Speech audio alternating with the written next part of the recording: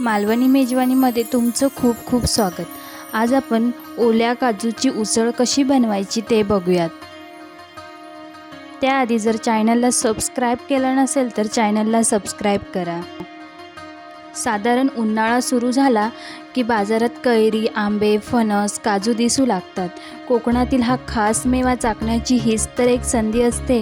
ओले काजू ही कोकणातील खासियत। या ओल्या काजूपासून बनवली जाणारी उसळ ही चिकन आणि मटणाच्या रश्श्यालाही मागे टाकेल अशीच असते।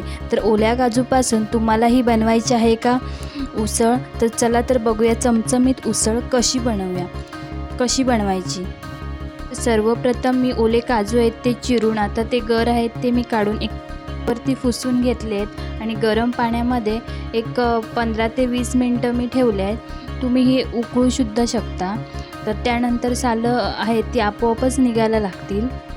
तर अशा पद्धतीने मी ही सगळी सालं आहेत ती मी काढून घेणार आहे काजूची, ओल्या काजूची। तर इथे सगळी सालं काढून झालेली आहेत। बटाटा घेतलाय मी एक, त्याचं पण साल काढून घेतलंय आणि ओले काजू,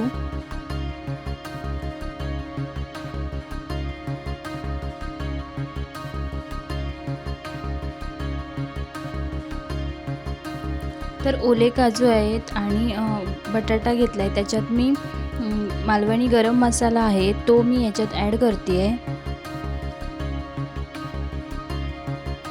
आणि गरम मसाला आहे तोही थोडासा अर्धा चमचा मी ॲड करते आणि एका कढईमध्ये तेल घालून आपल्याला कांदा चांगला परतून घ्यायचा आहे।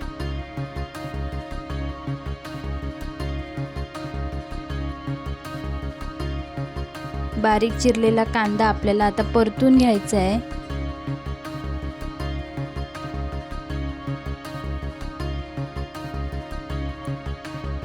आणि थोडीशी मी आलं लसूण पेस्ट घातली आहे। तुम्हाला जर टोमॅटो आवडत असेल तर तुम्ही तो टोमॅटो सुद्धा आतमध्ये घालू शकता, पण कोकणामध्ये आम्ही काजूच्या उसळमध्ये टोमॅटो नाही घालत।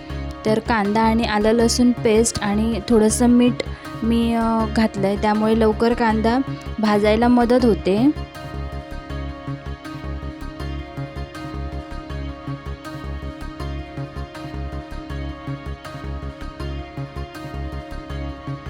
कांदा भाजला की आपल्याला मालवणी मसाला 2 चमचे आपल्याला घालायचा आहे, म्हणजे तिखट जसं आवडत असेल तसं। तसंच मी गरम मसाला सुद्धा अर्धा चमचा ॲड करते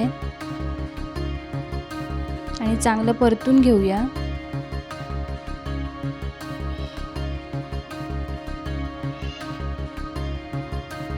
आणि ओले काजू आहेत ते आपल्याला आतमध्ये घालून चांगले परतून घ्यायचे आहे।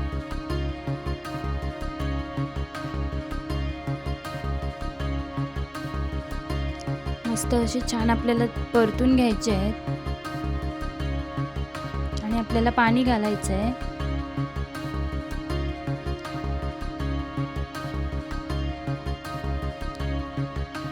थोडंसं मीठ घालून झाकण ठेवून आपल्याला एक 5-10 मिनटं शिजत ठेवायचं आहे। बटाटा शिजेपर्यंत आपल्याला शिजत ठेवायचं आहे। आता इथे बघू शकता तुम्ही उसळ चांगली शिजली आहे। तर इथे आपला बटाटा शिजलाय की नाही चेक करायचं आहे चमच्याच्या सहाय्याने। तर बघू शकता इथे बटाटा आपला शिजला गेला आहे।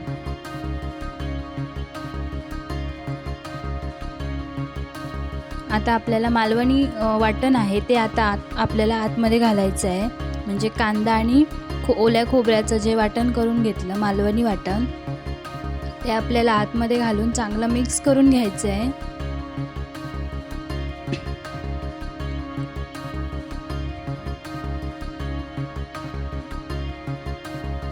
मिक्सरच्या भांड्यामध्ये थोडंसं पाणी घालून चांगलं पुन्हा एकदा मिक्स करून घ्यायचं आहे।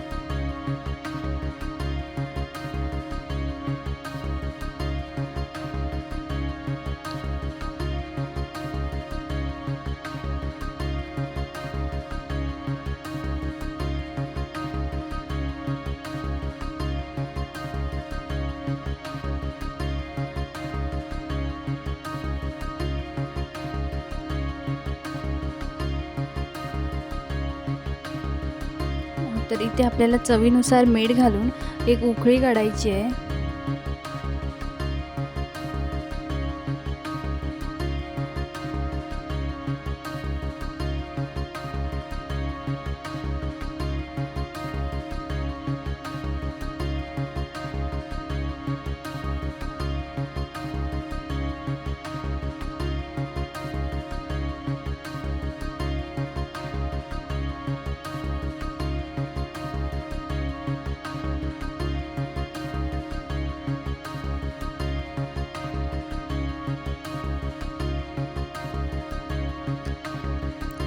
तर उकळी आलेली आहे आणि आपली उसळ इथे तयार आहे. तर अशा पद्धतीने आपली कोकणातील सुप्रसिद्ध अशी काजूची उसळ तयार झालेली आहे.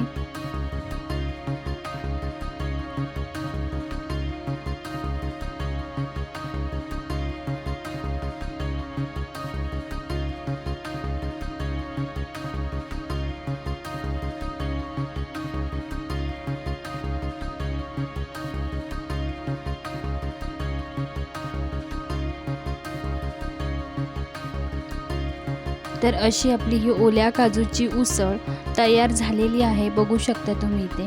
आणि ही ओल्या काजूची उसळ भातासोबत किंवा भाकरीसोबत तुम्ही सर्व करू शकता. तर मग ओल्या काजूची उसळ कशी झाली हे कमेंट बॉक्समध्ये नक्की सांगा. लाईक करा, शेअर करा आणि चॅनलवर जर नवीन असाल तर नक्कीच सबस्क्राईब करा. असंच पुन्हा भेटू नवीन रेसिपीसोबत. धन्यवाद.